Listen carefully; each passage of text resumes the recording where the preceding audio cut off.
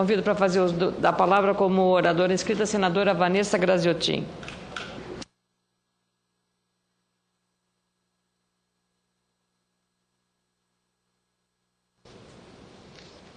Muito obrigada, senhora presidenta, senadora Ana Amélia, senhores senadores, companheiros e companheiras. Senhora presidente, antes de falar a respeito de importante reunião que participei na última sexta-feira da direção nacional do meu partido, eu quero aqui, na condição de presidente do Grupo Parlamentar Brasil-Cuba, de destacar o evento ou o fato de que foi instalado no dia de ontem a Assembleia Nacional do Poder Popular de Cuba, instalada para presidir a sua 8ª legislatura. E a Assembleia, a presidenta Ana Amélia, reconduziu o presidente Raul Castro como presidente do Conselho de Estado. E destacar ainda que talvez a principal tarefa da Assembleia Nacional do Poder Popular de Cuba seja exatamente o desafio de impulsionar as mudanças políticas, sociais e econômicas por que passa aquele país já há algum tempo. Entretanto, impulsionar essas mudanças sempre tendo claro a autonomia, a soberania daquela nação e daqueles governantes. O presidente Raul Castro, senhora presidenta, ele deixou claro e antecipou já há algum tempo atrás, durante a realização do Congresso do Partido Comunista de Cuba, de que deixará o cargo de presidente daquele país em 2018, quando terminará o seu 2º mandato de 5 anos. E destacou que o programa de atualização da Revolução Socialista deve sempre refletir a opinião da população. E os eleitores cubanos demonstraram que querem avançar nas mudanças quando, da última eleição, renovaram 67% da Assembleia Nacional do Poder Popular de Cuba, que é composta por 612 deputados eleitos por aproximadamente 8 milhões de cubanos, ou seja, 90% do total dos 8 milhões do total dos eleitores inscritos. O novo parlamento, que elegeu Esteban Lazo como presidente do colegiado, e aqui eu quero cumprimentar o presidente que deixa o parlamento de Cuba pelo seu comportamento, pela sua postura, Alarcón, o ex-presidente Alarcón, que esteve conosco, inclusive, aqui no Congresso Nacional algumas vezes, mas e cumprimentá-lo por ter deixado o poder e falar que a eleição de Esteban Lazo, ela representa também essa diversidade e esse desejo que tem o parlamento, que tem as forças políticas e principalmente o povo cubano em seguir adiante com mudanças, mas mudanças, repito, com segurança e que também sigam na manutenção das conquistas sociais tão importantes alcançadas por aquele país. E, em relação ainda à composição do parlamento, senhora presidente, nada menos do que 49% da sua composição é formado de mulheres. Nós que no Brasil alcançamos em média 10, 11% de nossa participação no parlamento, naquele país chega a 49% a participação feminina. 37% a participação de negros e mestiços e 82% dos parlamentares têm curso superior. A média de idade, senhora presidente, é de 48 anos, ou seja, a nova Assembleia é uma demonstração clara de uma nova geração política que vem surgindo na ilha para fortalecer e avançar nas mudanças operadas atualmente naquele país. E eu ainda gostaria também, senhora presidente, além de cumprimentar o seu novo presidente, Esteban Lazo, de cumprimentar Miguel Díaz-Canel, que foi eleito para o posto de vice-presidente da Assembleia Nacional. Essa nova realidade de Cuba, essa nova realidade política daquele país, ela tem sido e foi manifestada pelo próprio presidente Raul Castro, que abordou no seu discurso a importância de garantir a continuidade da revolução e da construção do socialismo mediante a transferência paulatina e ordenada às novas gerações dos principais cargos. Então, não há dúvida, nós que vivemos a grande polêmica da presença da jornalista Ioane Sanches no Brasil, que alguns dizem, presidenta Ana Amélia, que todo aquele destaque por ela obtido na imprensa nacional, destaque maior do que a festa dos 33 anos do Partido dos Trabalhadores, do Partido da Presidência da República, um destaque maior do que pronunciamentos importantes feitos aqui na casa, seja pelo líder da oposição ou pelo líder da situação. E alguns dizem que esse grande destaque se deveu a uma série de atividades ou de protestos que ela teria enfrentado o Brasil afora. Eu penso diferente, senhora presidente. Eu acho que o destaque ele já chegou reservado.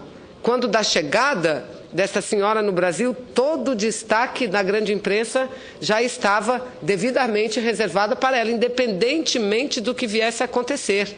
E protestos que ela enfrentou, até onde eu tenho conhecimento, inclusive conversando com o senador Eduardo Suplicy, senadora Ana Amélia, até mesmo os protestos que ela enfrentou foram protestos pacíficos, foram protestos ordeiros. Em nenhum momento ela sofreu qualquer agressão. E nenhum filme, nenhuma palestra deixou de ser dada por conta de protestos, pelo contrário.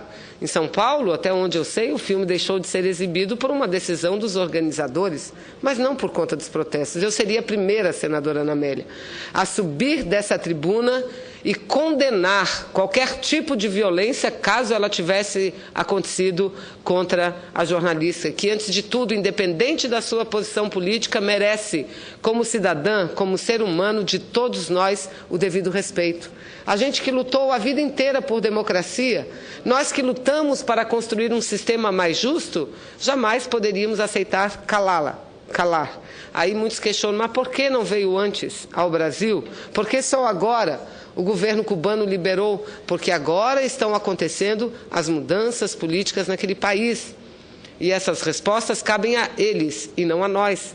Assim como nós não nos sentimos nem um pouco à vontade com qualquer tipo de ingerência, com qualquer tipo de intromissão à política interna brasileira, nós devemos agir também assim com todos os países, independente das suas posições. Aliás, quem não cumpre, quem não obedece, quem não respeita posições de organismos internacionais, são determinados países que falam muito em democracia, mas que não praticam quase nada.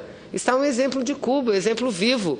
Quantas sucessivas Assembleias Gerais das Nações Unidas, da ONU, vêm condenando e pedindo fim do embargo econômico, do embargo político, do embargo cultural que Cuba sofre por parte dos Estados Unidos da América do Norte. Mas são decisões que não se cumprem. Poderia dar outro exemplo para sair um pouco de Cuba? Da mesma forma, os assentamentos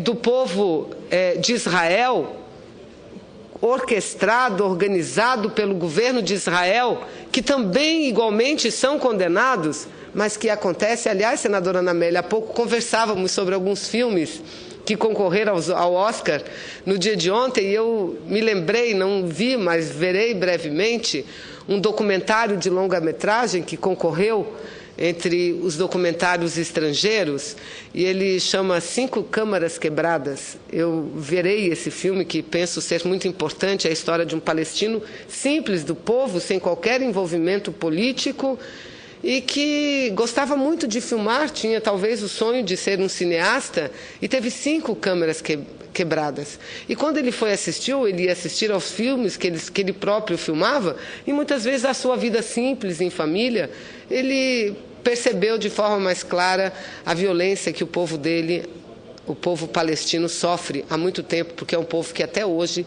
não tem direito a um Estado como tem Israel. Então, o que nós defendemos é que, assim como Israel tem direito a seu Estado, que a Palestina tenha também. Aliás, foi esse o acordo firmado há mais de 5 décadas. Não é?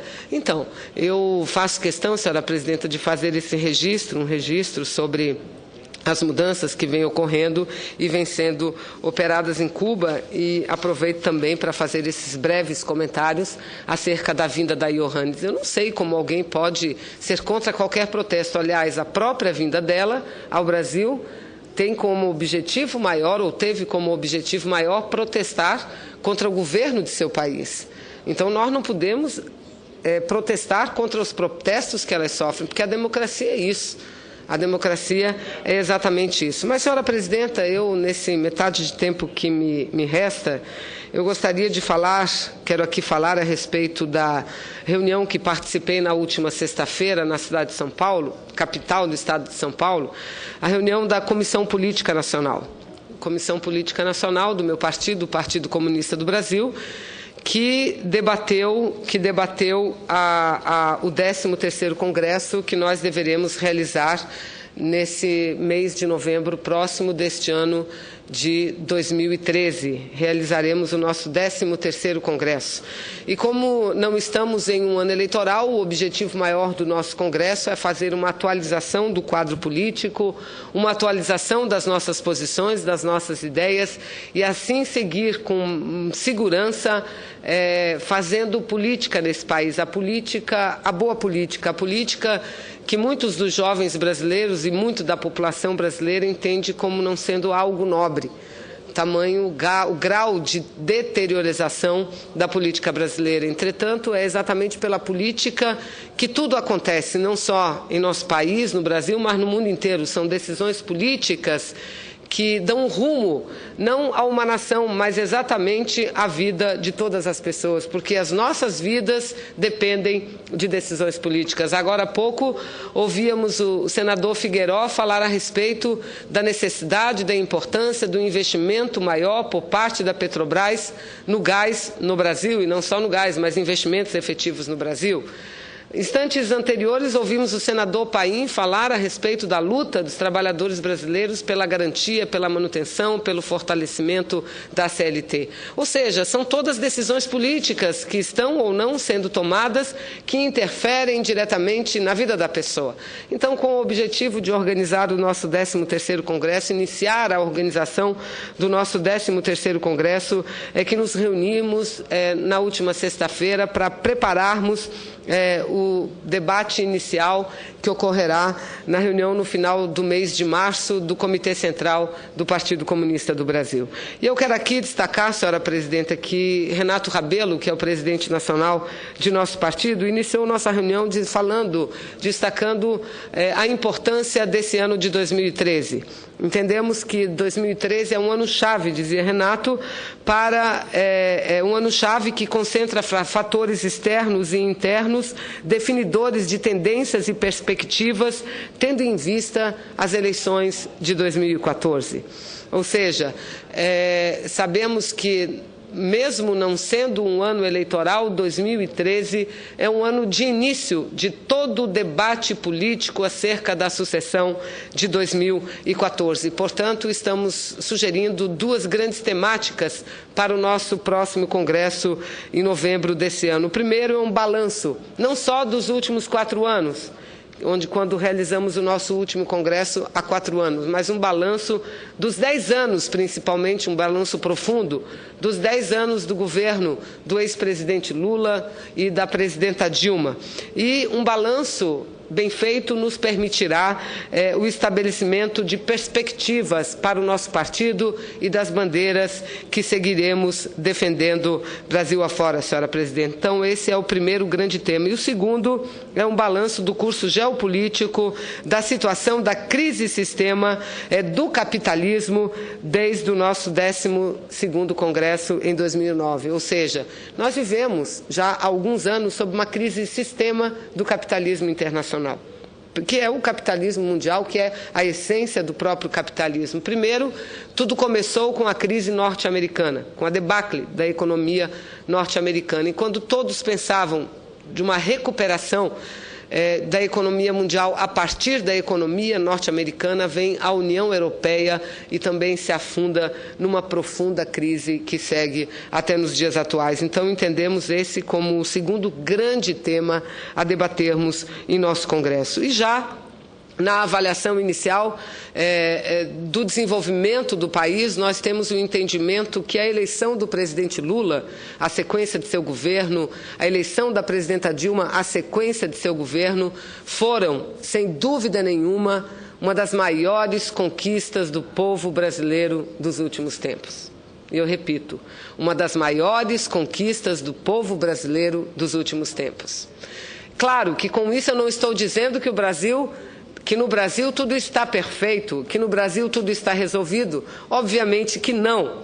Entretanto, nós falamos de um país que tem quase 200 milhões de habitantes, cada um com a sua cultura, cada um com a sua cabeça. Um país de 8,5 milhões de quilômetros quadrados e com uma desigualdade social agravada ainda pela desigualdade regional. Um Brasil que tem uma jovem democracia em construção. Então, é desse Brasil que nós falamos. E esse Brasil, sem dúvida nenhuma, encontrou o caminho. E quem diz isso não sou apenas eu nesse discurso muito singelo, mas quem diz isso é a população quando questionada, quando perguntada. E aí, senhora presidente, o que a gente tem visto é que o debate já se iniciou. E eu gosto muito do debate, porque eu acho que o debate mais ajuda do que atrapalha. Inclusive, o debate, senador Raupp, do contrário, eu gosto muito de ouvir as críticas, porque eu sou daquelas que entendo que tudo se move com base não só da concordância, mas muitas vezes do contraditório. Então, críticas, quando são produtivas, elas são muito importantes. Quando são construtivas, elas são muito importantes. E nós iniciamos um momento como esse, de um grande debate nacional. Porque quando nós enfrentamos um processo eleitoral, nós não enfrentamos apenas a disputa entre duas pessoas, um homem, uma mulher, ou dois homens ou duas mulheres. Não. O que nós enfrentamos são disputas de projetos políticos de nação, de projetos políticos para estados e para municípios. Infelizmente, não é? Nem sempre assim o processo eleitoral é visto. As pessoas ainda entendem escolher os seus candidatos pelo qual elas têm mais simpatia ou não. Esse é da minha cidade e por isso eu voto nele. Esse é do meu estado ou essa é do meu estado, da minha cidade e por isso eu voto nela. Não, está errado. Está errado. Eu acho que amigo não deve votar em amigo. Nós devemos votar em cima da plataforma política. Aliás, essa é uma das reformas que nós precisamos vivenciar, a reforma política. Uma das reformas.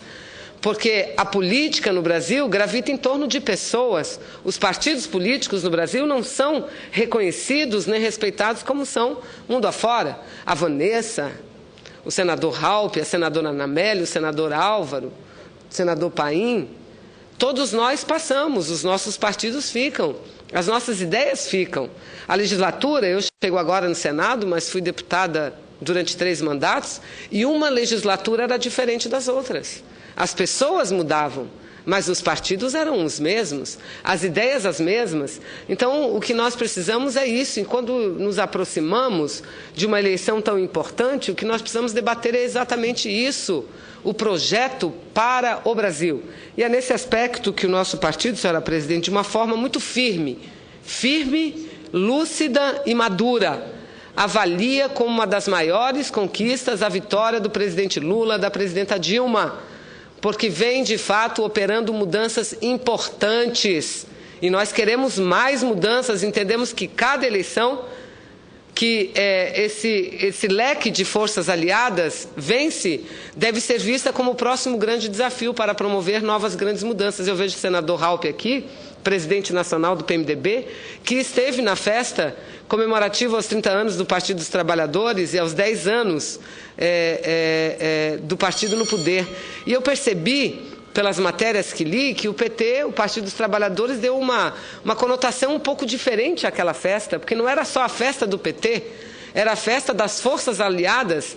Lá estava o senador Raupp, presidente nacional do PMDB, lá estava o Renato, presidente do meu partido, lá estava o vice-presidente nacional do PSB, representantes de todos os partidos que compõem a base aliada do governo, porque é isso, o governo brasileiro não é feito por um único partido, é feito por uma colisão de partidos. Então, eu acredito, senhora presidenta, que nós faremos um rico debate. Nosso 13º Congresso, a cada Congresso, nós procuramos reunir a militância, os filiados em todos os estados brasileiros, em todas as cidades, em cada ruela, em cada avenida, em cada local de trabalho, de estudo, de moradia, reunir o máximo de pessoas que nós pudermos, e fazemos isso em todos os nossos congressos, para debater a política, porque o povo brasileiro tem que debater e participar efetivamente da política. Fazer o balanço, ver o que é bom, mas ver também os defeitos. E é aí que eu fico animada, porque quando eu vejo o presidente nacional do PSDB subir à tribuna do Senado e criticar os 13 erros do governo. Primeiro 13 por quê? Porque é o número do partido da presidência, mas, repito, o governo brasileiro não é feito por um partido. A responsabilidade tem se dividido com todos os partidos que compõem a base aliada. Quando eu vejo isso, eu não vejo, ao lado disso, um projeto mais avançado que consiga convencer a população. Porque um projeto avançado não passa pela volta da privatização. Um projeto avançado não passa pelo fim da defesa da CLT, senhora presidenta. Não passa por isso. Um projeto avançado não passa por mudanças da política externa brasileira, que é uma política externa que vem procurando diversificar as nossas relações.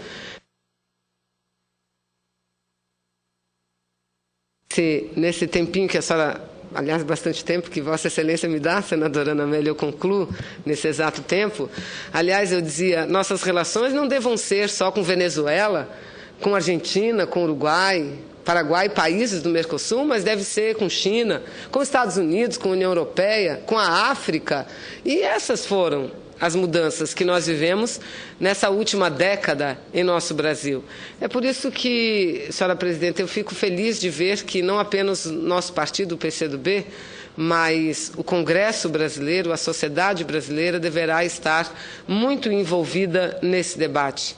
Se Dilma é melhor do que qualquer outro candidato ou não, pessoalmente eu não sei. Agora, politicamente, nós temos muitas razões, que vão muito além de 13 razões, muitas razões para entender da importância, da necessidade, da continuidade desse projeto político que vem sendo aplicado no Brasil, porque é a continuidade que vai permitir o avanço. E o Brasil tem muito a avançar. A gente vê críticas em relação à Petrobras, acho que críticas têm que ser feitas, mas a gente vê uma Petrobras forte, com uma perspectiva, com a lei do pré-sal, que mudou a relação, muito importante, que dará, sim, ao país uma capacidade muito maior de investir em saúde e, principalmente, em educação, que é o que nosso país precisa. Então, eu concluo dizendo dessa nossa reunião da última sexta-feira e do nosso grande esforço para envolver o povo brasileiro nesse grande debate. Obrigada, presidente. Obrigada, senadora Vanessa Gradiotin. Eu convido